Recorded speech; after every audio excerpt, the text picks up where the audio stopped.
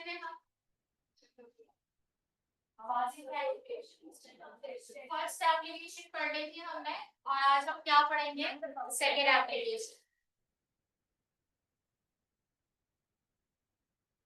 अच्छा, second application को पढ़ने से पहले फर्स्ट एप्लीकेशन में हमने जो पढ़ा था which is totally related to the Qc और क्यूसी कहलाता है रिएक्शन क्वोशिएंट और हमने पढ़ा था उसके तीन पैटर्न को कि अगर केसी और क्यूसी की वैल्यू इक्वल हो जाए तो हम कहते हैं कि रिएक्शन जिस पर मौजूद है लेकिन अगर केसी की वैल्यू क्यूसी से ज्यादा हो जाए तो हम फौरी तौर पर उसकी डायरेक्शन प्रेडिक्ट करते हैं और वो क्या होता है फॉरवर्ड है। अगर आपसे ये बात की जाए कि केसी कम है और क्यूसी ज्यादा है तो आप कहते हैं कि यस हमें ये बात समझ आती है और ये बात किससे रिलेटेड है एक वहां पर रिएक्शन किस डायरेक्शन में है रिवर्स या फिर बैकवर्ड।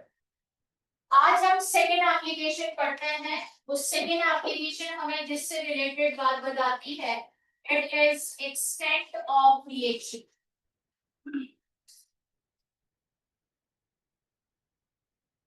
सही है, वो हमें किसके बारे में बता रहा है एक्सटेंट ऑफ रिएक्शन।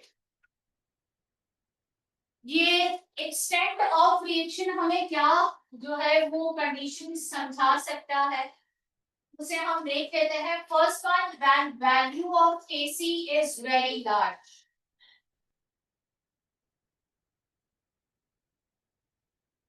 आप ये जितने भी टॉपिक पढ़ रहे हैं या खास तौर पर आप जो केमिकल इक्विलिब्रियम पढ़ रहे हैं बड़े ट्रिकी एमसीक्यूज बनते हैं क्योंकि ये पूरा ही टॉपिक कॉन्सेप्चुअल बेस्ड है।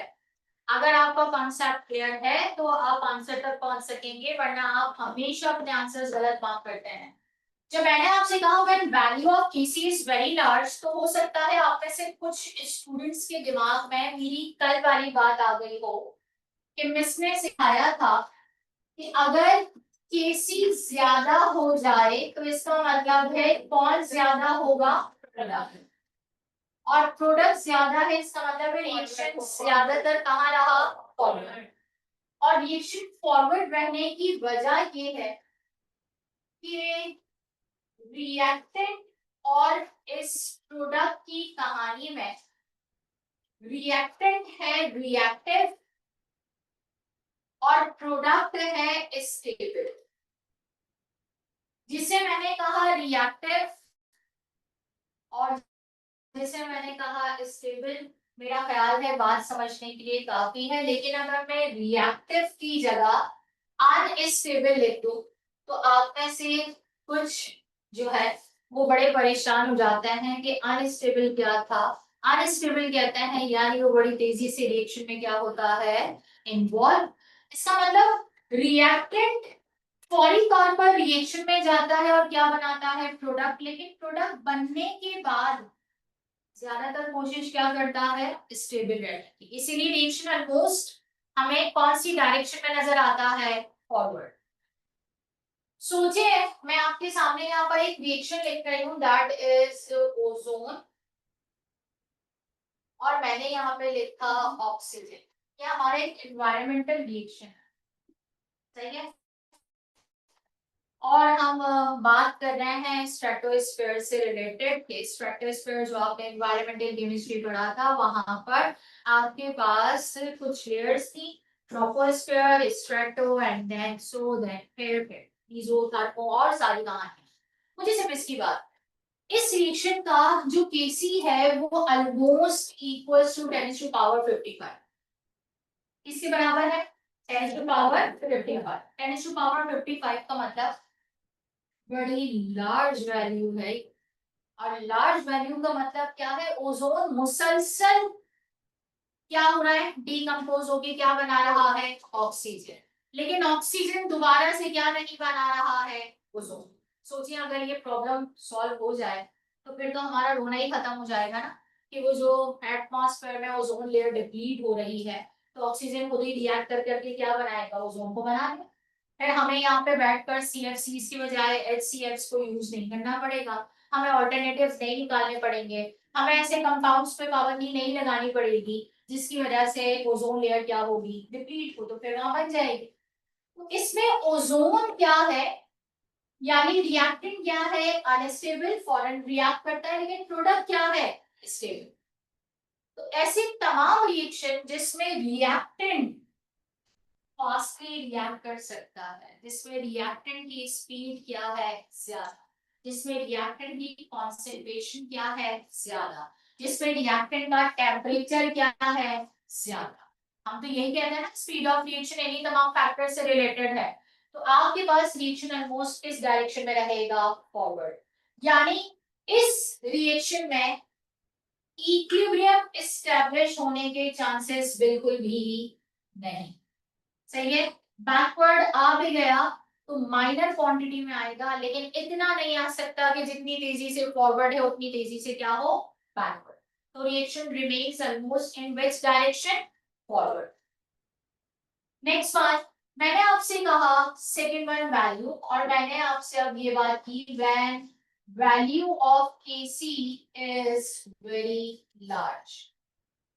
1 मिनट है, अगर मैंने 1 के लिए ये बात लिखी तो 2 के लिए मैं क्या लिखूंगी, वेरी स्मॉल। 1 मिनट है तमाम पॉइंट्स को लार्ज के बजाय स्मॉल पर सोचने के लिए, सिर्फ सोचना है, और मैं आपसे पूछती जाऊंगी और आप लोग जवाब देते जाएं।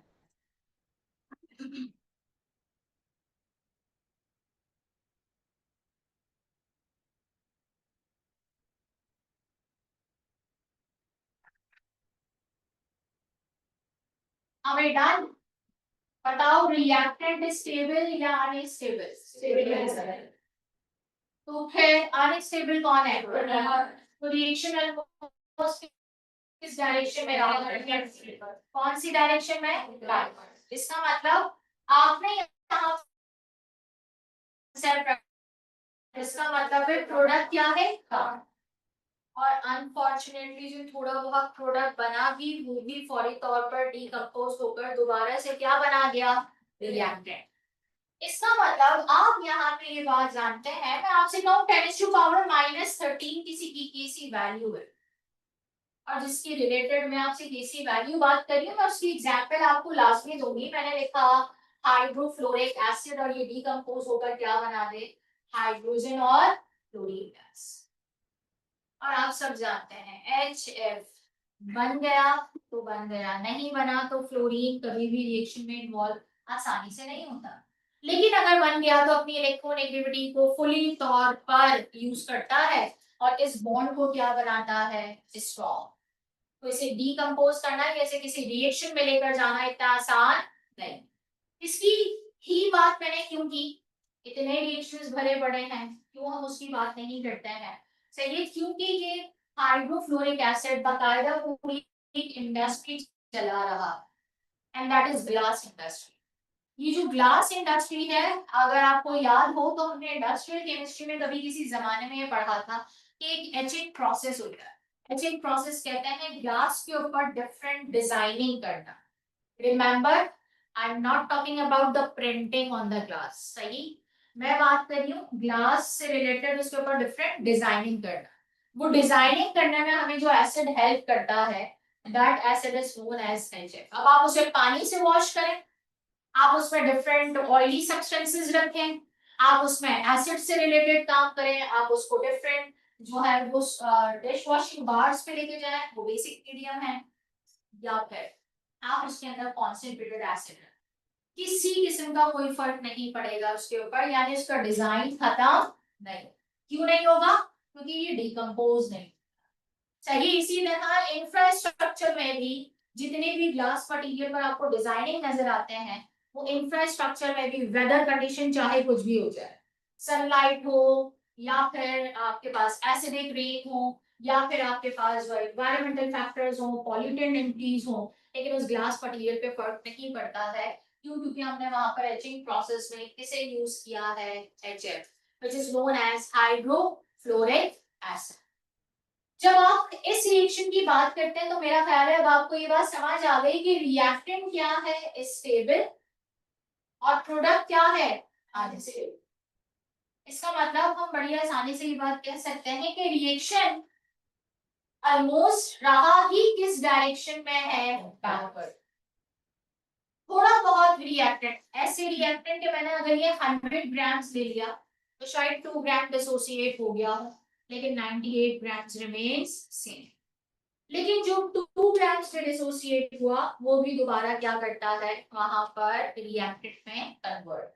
चलिए ये हमारी बात, इसका मतलब इस रिएक्शन में भी इक्विलिब्रियम एस्टैब्लिश होने के कोई चांसेस नहीं, क्योंकि रिएक्शन रहा ही किस डायरेक्शन में है, रिवर्स। सही है। फिर मैंने लिखा यहाँ पर when value of Kc is moderate। क्या मतलब है इस बात का, when value of Kc is moderate? ना कम ना ज्यादा, मैंने जीरो नहीं लिखा। मॉडरेट का मतलब कभी रिएक्टेंट क्या बनाएगा, प्रोडक्ट, और कभी प्रोडक्ट क्या बनाएगा, रिएक्टेंट। और यही वो तमाम रिएक्शन है जहां पर आपको क्या एस्टेब्लिश होता हुआ नजर आता है, इक्विलिब्रियम। यानी वो तमाम केमिकल रिएक्शन है जिसको हम आज तक इक्विलिब्रियम में सपोज करते आए हैं। इसका केसी कैलकुलेट कर लो, इसकी डायरेक्शन कैलकुलेट कर लो, ये बातें आपको याद रखनी है। लेकिन केसी से रिलेटेड एक रिएक्शन है, उसका नाम है एस्टरिफिकेशन। सही है, नाम है एस्टरिफिकेशन, और आप जानते हैं that is formation of ester. इस एस्टरिफिकेशन के लिए अगर आपसे बात की जाए तो आपके पास हमेशा इसकी केसी वैल्यू क्या होती है, 4, याद रखना। सही है। जब जब ये कैलकुलेट करने के लिए आएगा आपको अपने आंसर को वेरीफाई कर आना चाहिए। पता नहीं 100 तरह के केमिकल रिएक्शन है, लेकिन हमारी बुक में 2 रिएक्शन ऐसे हैं, एक तो कहलाता है, इस एस्टरिफिकेशन को हम अक्सर ऐसे भी कहते हैं, इथाइल एसीटेट इक्विलिब्रियम। क्या कहते हैं हम इसे, इथाइल एसीटेट इक्विलिब्रियम। सही है। और दूसरा है एक hydrogen iodide equilibrium. Hydrogen iodide equilibrium का मतलब ये है कि हाइड्रोजन और आयोडीन रिएक्ट करके क्या बनाएगा, हाइड्रोजन आयोडाइड। इसकी केसी वैल्यू अप्रोक्सीमेटली 54 से 56, मोस्टली हम 55 कंसीडर करवाते। इसकी वैल्यू भी आपको पता होनी चाहिए कि अप्रोक्सीमेटली इसकी केसी वैल्यू कितनी होती है, 55। कंपेयर इसलिए करवाया कि मेरा सवाल यहीं से है। सही है। इथाइल एसीटेट का केसी कितना है, 4, और हाइड्रोजन आयोडाइड का केसी कितना है, सही है, 55। तो उसका मतलब केसी किसका ज्यादा है, हाइड्रोजन आयोडाइड। तो फिर कौन सा रिएक्शन ऑलमोस्ट कौन सी डायरेक्शन में रहा, कौन सा रिएक्शन ऑलमोस्ट कौन सी डायरेक्शन में रहा, हाइड्रोजन आयोडाइड में फॉरवर्ड रिएक्शन की क्वांटिटी स्पीडली गई होगी। वो एक अलग बात है, वो बाद में इक्विलिब्रियम एस्टैब्लिश कर रहा होगा, लेकिन यहाँ quantity of product first one के मुकाबले में क्या है, ज्यादा। आपसे ये बात अगर पूछी जाए ऐसा क्यों, वो एक ऑर्गेनिक रिएक्शन। सही है। नंबर 2, ये ऑर्गेनिक है। सेकेंड बात, यहाँ आयोडीन मौजूद है, और आयोडीन हम पढ़ चुके हैं दैट इज सबलाइन, जो कि किससे रिलेटेड है, वीक वंडरवॉल्स फोर्सेस से रिलेटेड यहाँ नजर आता है। और जब ये आयोडाइड की फॉर्म में आता है तो ये भी आपको याद रखना है, ये बात इसलिए याद रखनी है क्योंकि ये बड़ी तेजी से बनेगा, और जब ये बहुत तेजी से बनेगा तो इसका मतलब ये है कि जितनी तेजी से बन रहा होगा बाद में जाकर उतनी तेजी से क्या हो रहा होगा, डीकम्पोज। फिर क्या एस्टैब्लिश हो रहा होगा, इक्विलिब्रियम। और इक्विलिब्रियम पर आपने क्या कहा होगा कि केसी आपने कैलकुलेट किया, यानी इक्विलिब्रियम पर प्रोडक्ट और रिएक्टेंट कॉन्सेंट्रेशन या रेट को आपने इक्वल देखा। एम आई राइट? जो बात मैंने कही उसमें एक बात गलत है, बताइए क्या। आईक्यू लेवल चेक करना है। यहाँ खड़े होकर मैंने बड़ी तसल्ली से आपसे ये पूरी बात डिस्कस की, हाइड्रोजन आयोडाइड और इथाइल एसीटेट की खास तौर। मैंने वहां खड़े होकर एक बात गलत की है, बताइए क्या। बोलो, पता चलेगा ना कि सुना कितने गौर से, मेरे अल्फाज आपके दिमाग में चल रहे हैं या नहीं। केसी कैलकुलेट किया, फिर क्या करता है?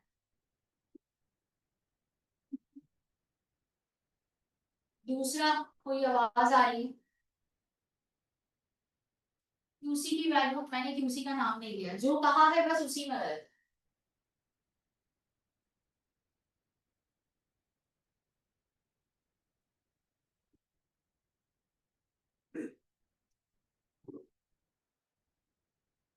बताओगे तो मैं नहीं बोलूंगी।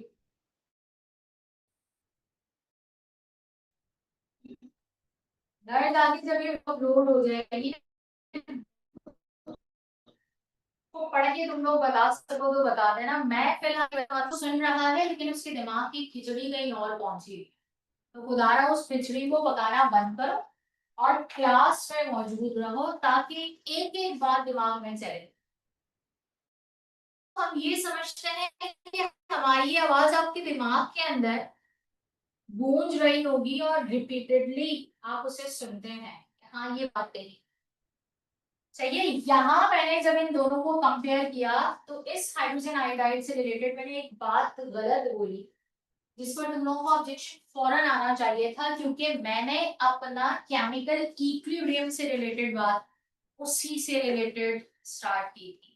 तो किसी का भी आईक्यू लेवल नहीं जला, कोई बात नहीं, जाके सुन के नेक्स्ट क्लास में कल तक बता दीजिएगा। देखते हैं कौन मेरी बात को पकड़ता है, क्योंकि मुझे वो पकड़वाना है। कोई एमसीक्यू में हम ये बात घसीट के लेकर चले गए तो तुम लोगों ने तो उसका मतलब है कि उसे ध्यान ही नहीं दिया और उसे तो इग्नोर कर दिया। तो आपके पास इतना ही टाइम होता है एमसीक्यू को रीड करने के लिए, या तो 1 मिनट या फिर 2 मिनट, और आप उससे उकता जाते हैं तो आप शायद नेक्स्ट पे चले जाते हैं। लेकिन दिमाग में घंटी बजती है कि अभी हमारा वो एक एमसीक्यू रहता है या हमारे वो 10 एमसीक्यूज रहते हैं। क्यों बजती है? क्योंकि आप उस वक्त फुली अटेंशन फॉर्म में मौजूद है। इस वक्त क्यों नहीं बजी? क्योंकि आप इस वक्त फुली अटेंशन फॉर्म में मौजूद नहीं। आप बैठे हैं, आप मुझे देख रहे हैं, आप बोर्ड को भी देख रहे हैं, लेकिन दिमाग कहीं ना कहीं पहुंचा होता है। और बस यही सबसे बड़ी अब आप लोगों की नाकामी है कि अगर आप यहाँ बैठकर हमारे अल्फाजों की ग्रिप पर नहीं पहुंचते हैं तो इसका मतलब है कि आपने हमारे लेक्चर को नहीं सुना। सही है। बहरहाल मैंने अपनी केसी से रिलेटेड यहाँ तक बात कंप्लीट की है। अब आप मुझे सिर्फ एक बात बताएं, क्या मेरे लिए वेरी लार्ज, वेरी स्मॉल और मॉडरेट इन तीनों की सी वैल्यू को फाइंड आउट करने में सबसे आसानी किसमें हुई? केसी की वैल्यू फाइंड आउट करने में सबसे आसानी किसमें हुई? वेरी लार्ज में, वेरी स्मॉल में या मॉडरेट? वेरी लार्ज कैसे? स्टार्ट हो गई और प्रोडक्ट बनती जा रही है। केसी कब कैलकुलेट?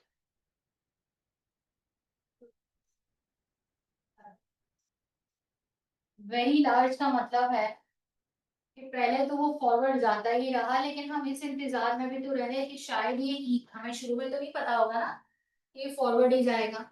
हम तो इस इंतजार में रहेंगे कि ये क्या करे, बैकवर्ड भी जाए और क्या करे, केमिकल इक्विलिब्रियम स्टेब्लिश कर।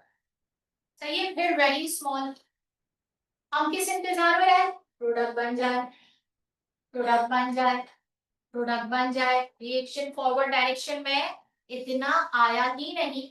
और अगर प्रोडक्ट नहीं बना तो सोचिए उसके रिवर्स जाने में कितना टाइम जाएगा। सही। इसका मतलब है they both are the time consuming. Moderate में आपको एक फायदा है, रिएक्टेंट फॉरन किस में कन्वर्ट होगा? प्रोडक्ट। और प्रोडक्ट फॉरन किस में आएगा? रिएक्टेंट। और ये काम तब तक चलता रहेगा जब तक दोनों का रेट क्या ना हो जाए 3। चाहिए। इसका मतलब है कि आप ये मत सोचिएगा कि जिसकी वैल्यू स्मॉल है उसे फाइंड आउट करना आसान है, जिसकी वैल्यू लार्ज है फॉरवर्ड ही जा रहा है उसे कैलकुलेट करना आसान है, जिसकी वैल्यू मॉडरेट है ना तभी तो हमने उसे आसानी से कैलकुलेट कर लिया है for the variety of chemical reactions. पता नहीं कितने ऐसे केमिकल रिएक्शन है जिसकी हमने केसी की वैल्यू क्या की है, क्या की। चाहिए। नोट डाउन करें फिर मैं आगे बढ़ती हूँ। कोई ठीक?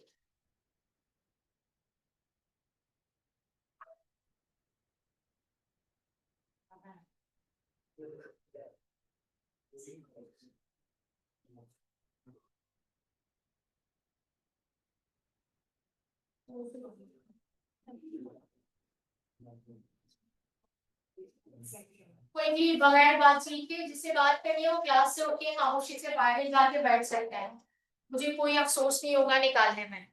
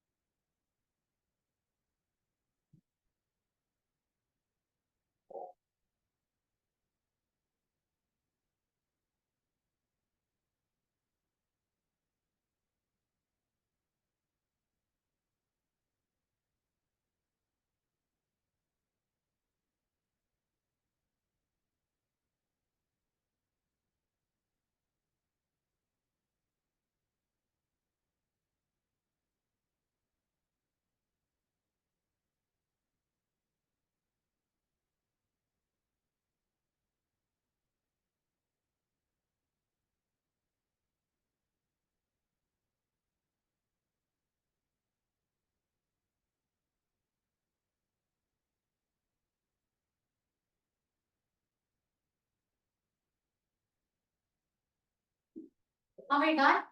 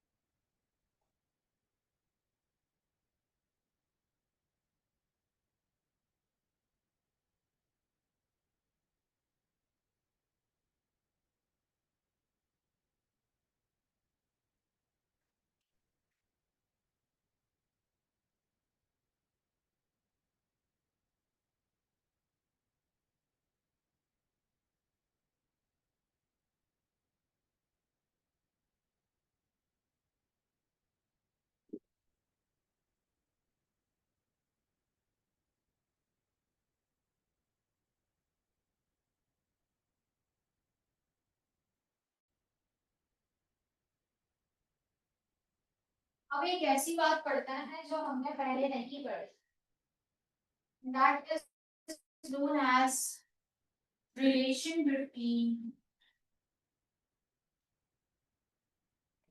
KC and KP।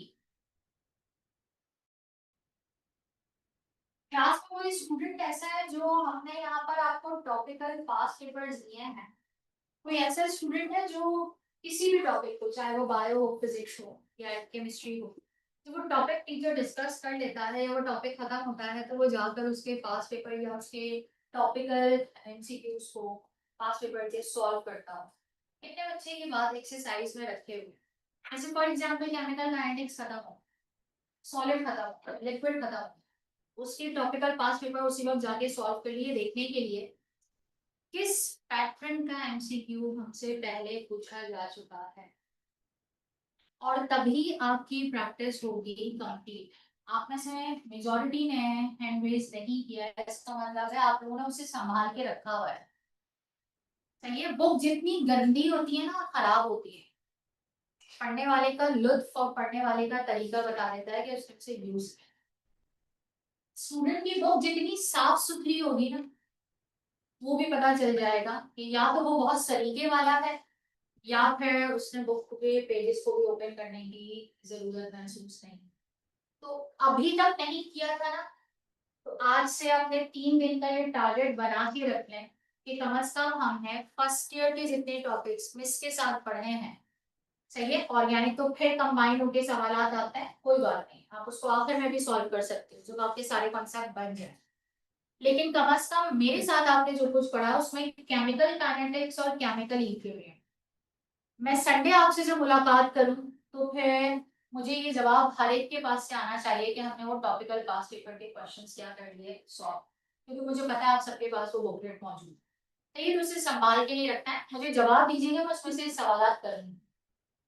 ये टॉपिक पढ़ाने का ना मकसद ये ना, फर्स्ट ईयर में से पढ़ते हैं ना आपकी बुक के अंदर ये कहीं मौजूद है, लेकिन बड़ी ही जो है वो कॉन्फिडेंटली इस टॉपिक से रिलेटेड सवाल बना है, और आप इसे जाके देखेंगे ना तो आपको नजर भी आएगा।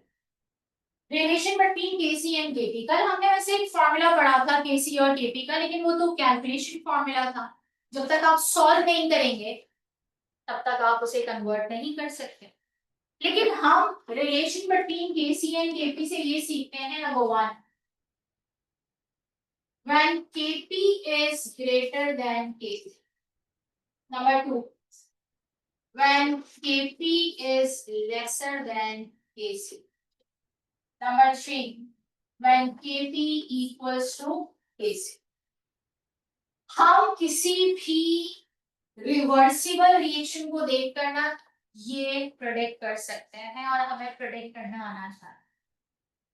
मुझे कोई केमिकल इक्वेशन दे दी जाए और मुझसे कहा जाए बताओ यहाँ केसी की वैल्यू ग्रेटर होगी या केपी की वैल्यू ग्रेटर होगी, तो कैलकुलेट करने को नहीं कहा है, वो हमसे प्रेडिक्ट करने को कहता है। तो सबसे पहले तो आपको मैं लॉजिक बता, ये एक आसान सा की पॉइंट बता, मैंने यहाँ पर आपको कल तक बताया था कि P stands for the partial pressure. आज इस रिलेशनशिप को याद रखने की एक छोटी सी ट्रिक बताती हूँ। यहाँ पर केपी को समझ लो आप इसे प्रोडक्ट मान चुके हैं, सही, क्या ट्रिक कही मैंने, लॉजिक ऐसी नहीं है कि हम इसे प्रोडक्ट मान रहे हैं, लॉजिक क्या कही मैंने कहा आप इसे किसको मान चुके हो, प्रोडक्ट, सही है। और इसका मतलब है कि मैंने वहां पर केसी को क्या मान लिया है, रिएक्टेंट, सही है। अब देखते हैं हमारे पास यहाँ पर क्या है, क्या मैं इसको ऐसे कह सकती हूँ, moles of product greater than moles of reactant, सही है। क्या कहा मैंने, मोल्स ऑफ प्रोडक्ट किससे ग्रेटर है, मोल्स ऑफ रिएक्टेंट। यानी मैंने आपके सामने एक इक्वेशन लिखी और आप मुझे बताएंगे कि क्या ये इक्वेशन यहाँ पर एप्लीकेबल है या फिर नहीं है। मैंने लिखा NH3 और ये डिकम्पोज होकर बना रहा है N2 और फिर क्या बना रहा है 3H। दुनिया याद करके गई Haber's process, nitrogen hydrogen combine हो गया अमोनिया बने, मैंने आपको डीकम्पोजिशन ऑफ अमोनिया का सवाल दिया और मैंने आपसे कहा बताओ यहाँ केसी ज्यादा है या केपी ज्यादा है, तो मैंने आपसे क्या कहा था कि केपी को आप किससे लिंक करेंगे, प्रोडक्ट्स, प्रोडक्ट के मोल्स क्या हैं ज्यादा, इसका मतलब है केपी इस रिएक्शन का क्या होगा ज्यादा और केसी क्या होगा कम। कितना ज्यादा और कितना कम ये नहीं है हमारे पास, हमें ये पता होना चाहिए ज्यादा है या फिर कम है। चलो एक और कहानी देखते, यहाँ मैं आपसे ये कहूं कि moles of product equals two moles of reactant, बड़ी आसान सी एक इक्वेशन अभी मैंने बोर्ड पर ही लिखी हुई है, hydrogen iodide equilibrium that is 2H। मैं आपसे कह दूं इस केमिकल रिएक्शन में बताओ Kc की वैल्यू क्या होगी और Kp गिवन हो, तो Kp जितना होगा उतना ही क्या होगा Kc, या जितना Kc होगा उतना ही क्या होगा Kp, क्योंकि दोनों के नंबर ऑफ होल्स क्या है सेम। फिर अगर मैं आपसे सेट पर कहूँ ना तो मुझे लगता है इस बार मुझे वर्डिंग बताने की जरूरत भी नहीं पड़ेगी, क्या लिखेंगे, moles of product less than moles of reactant. Word एक बड़ा मशहूर जमाना प्रोसेस आप लोगों ने सेमिनार में पढ़ा था and that process is known as contact process. अब उसमें सिर्फ एक ही रिवर्सिबल रिएक्शन है जिसको अगर हमने कंट्रोल नहीं किया तो हमारा पूरा कॉन्टैक्ट टावर बेकार है। जिसके पास कांटेक्ट टावर है वही केमिकल इंडस्ट्री में मल्टीनेशनल जो है वो अपनी पोजीशन स्ट्रांग रखती है, और जो उसकी मेंटेनेंस का ख्याल रखता है तभी उसका आईएसओ सर्टिफिकेशन जो है वो अप्रूव्ड होता है। क्योंकि सल्फ्यूरिक एसिड आपके पास किंग ऑफ कंपाउंड के तौर पे जाना जाता है, और जो उसे बना रहा है यकीनन उसके पास उसका प्रोसेस स्ट्रांग हो। उसकी एक ही इक्वेशन है, सल्फर डाइऑक्साइड से क्या बने, सल्फर ट्राइऑक्साइड। और मैं आपसे कहूँ बताओ यहाँ पर क्या केसी ज्यादा है या केपी, तो आप दोनों तरह से बात कर सकते हैं। केसी क्या है, ज्यादा, और केपी क्या है, कम। मैंने आपके सामने ना पैटर्न एक ही रखा है, मैंने दो पैटर्न नहीं रखे। मैंने आपके दिमाग में क्या कॉन्सेप्ट बनाने की जरूरत की है, प्रोडक्ट को ध्यान से देख। प्रोडक्ट ज्यादा, केपी ज्यादा। प्रोडक्ट के मोल्स का, तो केपी कम। प्रोडक्ट और रिएक्टेंट इक्वल, तो इसका मतलब है केपी और केसी इक्वल। क्या ये बात सबको समझ आती है? मैं आपके सामने एक इक्वेशन लिख रही हूँ, बल्कि आप लोग मुझे लिखकर बताएं, एस्ट्रिफिकेशन की इक्वेशन लिखें और मुझे लिखकर बताएं कि वहां पर कौन सी सिचुएशन, जल्दी से पता भी चल जाएगा ना किस किस को एस्ट्रिफिकेशन की इक्वेशन क्या है। यानी इथाइल एसीटेट लिखिए।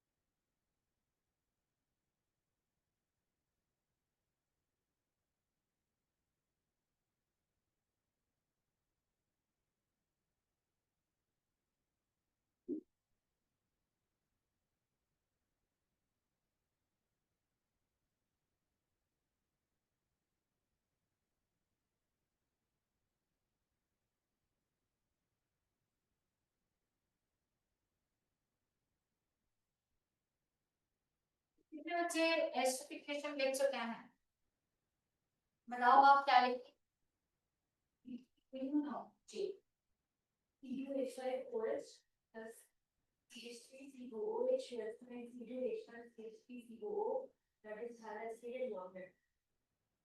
अच्छा, और ये कौन सी कंडीशन को ओबे कर रहा है, Kp इक्वल्स टू Kc, क्योंकि रिएक्टेंट के भी 2 मोल्स हैं और प्रोडक्ट के भी क्या है, सही। तो यहाँ पर ऐसे रिएक्शंस जो हम आपसे ये एक्सपेक्टेशन लगा कर बैठते हैं ना कि आपको आते होंगे, उसके बारे में ऐसे ही सवाल बनता है इक्वेशन के बगैर, क्योंकि इक्वेशन दे दी तो इसका मतलब है हमने हाफ ट्रिक्स को खुद आपको सॉल्व करके दे। सही है, तो हम आपसे यहाँ पे ऐसे सवाल बना के पूछते हैं कि predict that whether the Kp equals to Kc for the acidification, या predict the following for the acidification formation। इसका मतलब है कि आपके पास वहां पर सिर्फ एसिडिफिकेशन का नाम है, इक्वेशन आपने खुद निकाली है और फिर बताना है केसी ज्यादा है, केपी ज्यादा है, इक्वल है, नहीं है। इस सिचुएशन को याद रखिएगा, सही है। यानी एक छोटा सा कॉन्सेप्ट है लेकिन मार्क्स गेनिंग। क्या ये बात सबको समझ आई? ओके, अब जिससे सवाल करूं जवाब दे दे, लेकिन जवाब दीजिएगा, बस मुझे मत देखिए।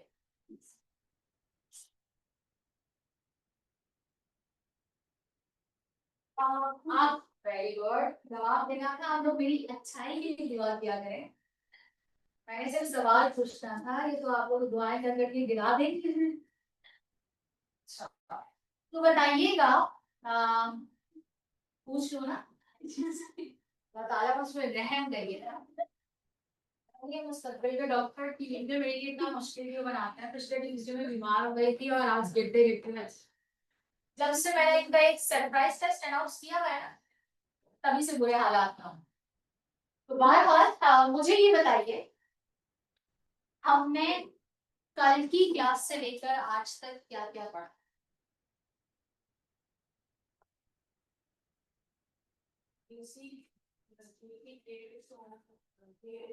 कल हमने पढ़ा था KPKS, पढ़ा था और आप बता दें क्या पढ़ा था। नहीं आप भी लॉ ऑफ कॉन्सेप्शन पढ़ा था, इक्विलिब्रियम कांस्टेंट पढ़ा था, कौन सा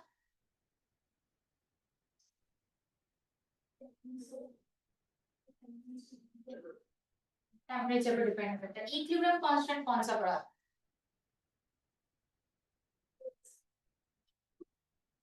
नहीं आपके बराबर में जाए जी, देख के नहीं बताना है, कॉपी तो बंद रखनी है।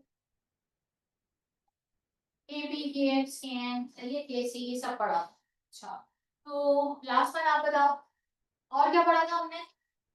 आप कल की क्लास में हमने और क्या पढ़ा था, और क्या पढ़ा था।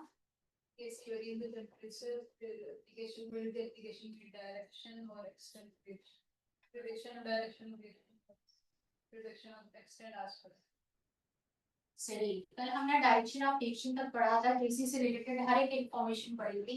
और आज हमने क्या पढ़ा है, relation between Kc and favourite. सही है, आपके सिलेबस में से बता लिखा था केमिकल इक्विलिब्रियम पढ़ा लीजिएगा, अपन उसके बाद वही चैप्टर्स प्रिंसिपल करेंगे। सही, मैंने आपको क्या कुछ पढ़ाया है आपके सामने है, और किस लेवल पर और किस तरह की कैलकुलेशन बताई है वो भी आपके सामने है। तो कोई ये क्लेम नहीं कर सकता कि खुदा न खास्ता पेपर बहुत आउट होकर आया था, सिलेबस से बाहर था, हमें आता नहीं था, सही है, या हमने पढ़ा हुआ नहीं था। आपने बहुत आगे तक जाकर ये चीजें सीखी।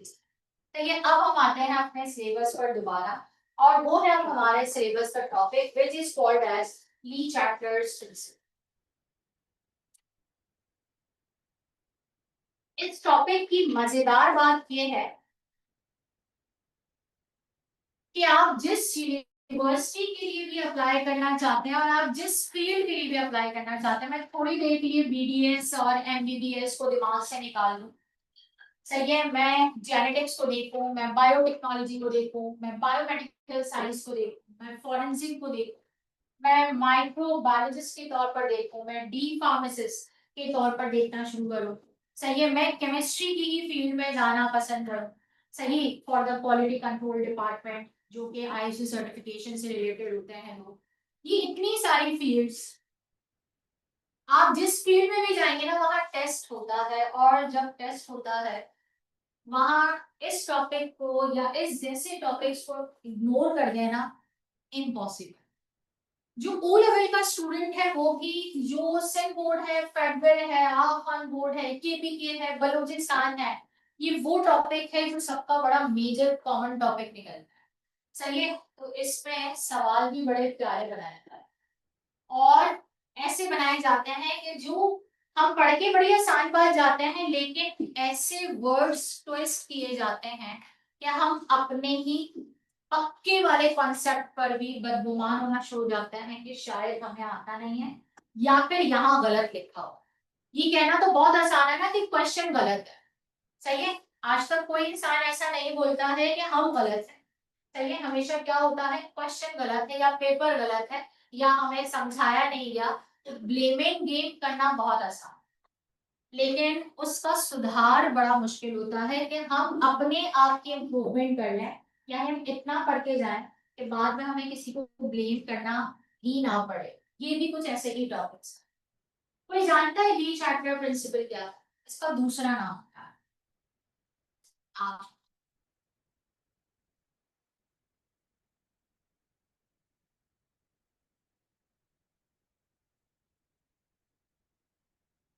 ओके, लास्ट वन, आप बिल्कुल लास्ट में जो बैठी हुई है डोर के पास, ली चार्टर्स प्रिंसिपल का सेकंड नेम।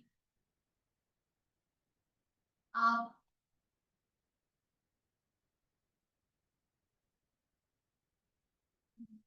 ट्राई कर लें एटलीस्ट आप।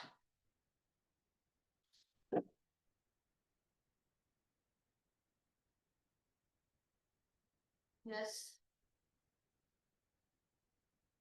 ली चार्टर्स प्रिंसिपल का second name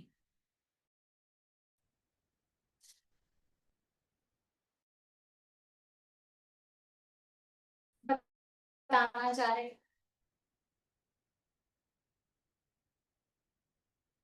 The second name of the Lee Chartered Principal। क्यों पढ़ना है हमें यहाँ? अच्छा चलो सवाल आसान। सेकंड नेम भूल जाओ, इसमें पढ़ते ही हैं।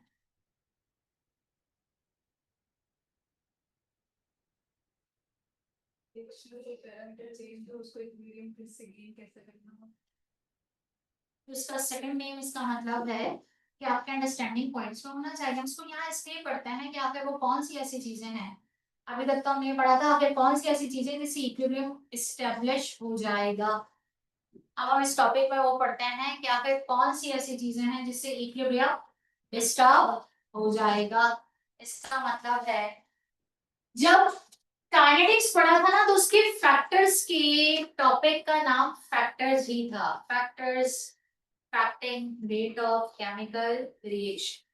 लेकिन जब आप ली चार्टर्स प्रिंसिपल पढ़ते हैं तो इसका मतलब है फैक्टर्स ऑन विच, अब तो मेरी बात कंप्लीट करें, क्या होगा, ऑन विच इक्विलिब्रियम डिपेंड्स। और अच्छा कहना चाहे तो factors on which chemical equilibrium depends. यानी आपके पास ये वो फैक्टर्स हैं जिसे आप बात करते हैं। मैंने इसे कहा फैक्टर्स, आसान वर्ड है। मैंने इसे कहा चेंज इन इक्विलिब्रियम, आसान वर्ड है। मैंने इसे कहा स्ट्रेस ऑन इक्विलिब्रियम, थोड़ा सा डिफरेंट वर्ड है। और जैसे ही स्ट्रेस कहा तो आप लोग शायद फिजिक्स वाली बात पर चले जाता है। और मैंने इसे एक और नाम से पुकारा, दैट इज कांस्टेंट। तो बिल्कुल ही डिफरेंट बात है। जो पढ़ेगा बस उसे ये वर्ड याद रहता है, अदरवाइज उसे ये वर्ड याद नहीं रहता। तो देखें इस पूरी बात में मैंने आपसे क्या कहा, वो फैक्टर्स यानी वो चेंज यानी वो स्ट्रेस यानी वो कांस्टेंट जिनको चेंज करने से इक्विलिब्रियम पोजीशन भी क्या हो जाती है, चेंज। सही है। और अगर चेंज हो जाती है तो फिर उस चेंज का जिम्मेदार कौन है, या उसको दोबारा से इक्विलिब्रियम रीगेन करने की जिम्मेदारी किसकी है, उस रिएक्शन की अपनी है। जैसे आप सबकी अपनी अपनी जिम्मेदारी है ना, पढ़ोगे तो सही है, नहीं पढ़ोगे तो नहीं। कोई कितना भी फोर्स कर ले, जब तक आपका मूड नहीं बनेगा, जब तक आपका दिल इसे एक्सेप्ट नहीं करेगा, जब तक आप बुक नहीं खोलेंगे और आप मेंटली प्रेजेंस के साथ नहीं पढ़ेंगे, कोई लाख आपको नसीहतें कर ले, कोई फर्क नहीं पड़ता। ऐसा ही रिएक्शन है। आप फैक्टर चेंज कर चुके हैं, उसकी डायरेक्शन फॉरवर्ड पे चली गई है, लेकिन फॉरवर्ड डायरेक्शन डिसाइड करने वाला कौन है, रिएक्शन। जैसे आप बेंजीन में पढ़ते हैं ना कि बेंजीन पर अगर कोई एक ग्रुप आकर अटैच हो तो फिर दूसरा ग्रुप अपनी मर्जी से नहीं आ सकता है, चाहे वो कितना ही पावरफुल क्यों ना। वो आता है पहले वाले ग्रुप की मर्जी से, तभी बनता है ऑर्थो पैरा और पैरा। बिल्कुल ऐसे ही फर्स्ट ईयर केमिस्ट्री में भी किसी भी केमिकल रिएक्शन में जो आपके पास रिवर्सिबल है, खास तौर पर रिवर्सिबल है, क्योंकि इरिवर्सिबल की कहानी हम पढ़ चुके थे फैक्टर्स। अगर वो रिवर्सिबल है और उसमें कोई भी फैक्टर चेंज लेकर आता है, उस चेंज को मिनिमाइज करना, अपने ऊपर इफेक्ट ना लेना, या प्रोडक्ट बनने पर उसका कोई असर ना हो, या मैक्सिमम यील्ड को डिस्टर्ब ना करे। रिएक्शन ऐसे हो कि ज्यादा से ज्यादा क्या बने, प्रोडक्ट। इस तमाम चीजों को मेंटेन रखने की जिम्मेदारी सिर्फ और सिर्फ किसकी होती है, उस रिएक्शन की जिसको हमने क्या किया है, डिस्टर्ब। लेकिन उसकी एक शर्त है, सिस्टम ऑलरेडी जिस पोजीशन पर होना चाहिए वो कौन सी पोजीशन है, इक्विलिब्रियम। और इक्विलिब्रियम पोजीशन हम किसे कहते हैं, rate of forward becomes equal to the rate of backward. कभी कभार हम पूरी डायरेक्शन मार्क करके आ जाते हैं, लेकिन रिएक्शन पर ध्यान नहीं देते, वो रिएक्शन इक्विलिब्रियम पर नहीं होता। वर्डिंग्स बता रही होती हैं कि वो रिएक्शन इक्विलिब्रियम पर नहीं। और कैसे नहीं है, जो मैंने आपको कोई पहले लेक्चर में कैलकुलेट करना सिखाया था कि रेट ऑफ फॉरवर्ड गिवन है, रेट ऑफ बैकवर्ड गिवन है, तो बताओ आपके पास क्या ये सिस्टम इक्विलिब्रियम पर है या नहीं है। और फिर उसके ऊपर मैं ली चार्टर्स प्रिंसिपल अप्लाई कर रहा हूँ। बड़ा कॉम्प्लिकेटेड से एमसीक्यू बनता है कि पहले बच्चा ये निकाले इक्विलिब्रियम पर है, अगर है तो चेंज का असर होगा, वरना तो वो डायरेक्टली उस ऑप्शन पे जाएगा जहां पर नन ऑफ दीज लिखा हो, क्योंकि अगर वो इक्विलिब्रियम पर नहीं है तो उस फैक्टर का उस पर कोई असर नहीं होगा। क्यों नहीं होगा? क्योंकि उस वक्त वो रिएक्शन या तो किस में होगा, फॉरवर्ड, या फिर कहाँ होगा, बैकवर्ड। क्या ये पॉइंट सबको समझ आता है? इसमें फैक्टर वर्ड भी कभी कभार आ जाएगा, शायद चेंज भी आ जाए, लेकिन मैं आपको जिन दो अल्फाजों से तंग करूंगी वो कौन से दो अल्फाज हैं, स्ट्रेस और दूसरा क्या है, कांस्टेंट। यानी ली चार्टर्स प्रिंसिपल ये कहता है कि अगर एक सिस्टम इक्विलिब्रियम पर मौजूद है और आप इसका फैक्टर चेंज करते हैं, कॉन्सेंट्रेशन, टेम्परेचर, प्रेशर, कैटलिस्ट, सही, या नेचर ऑफ रिएक्टेंट चेंज कर देते हैं, तो ये रिएक्शन खुद अपनी डायरेक्शन डिसाइड करेगा, उस फैक्टर को मिनिमाइज करेगा, सही, और चाहेगा या तो फौरन कहाँ चला जाएगा, फॉरवर्ड, या फिर कहाँ जाएगा, बैकवर्ड, लेकिन वो अपनी इक्विलिब्रियम पोजीशन को दोबारा से क्या करेगा, मेंटेन। सही है, ये बात सिखाएगा हमें कौन, ली चार्टर्स प्रिंसिपल। सही है, इसे नोट डाउन कीजिए, कल की क्लास में मिलता है। क्या था वो सरप्राइज टेस्ट का टॉपिक, केमिकल और केमिकल और इक्विलिब्रियम जितना भी पढ़ा है वो सब कुछ इंक्लूड हो सकता है। सही है, थैंक यू बेटा।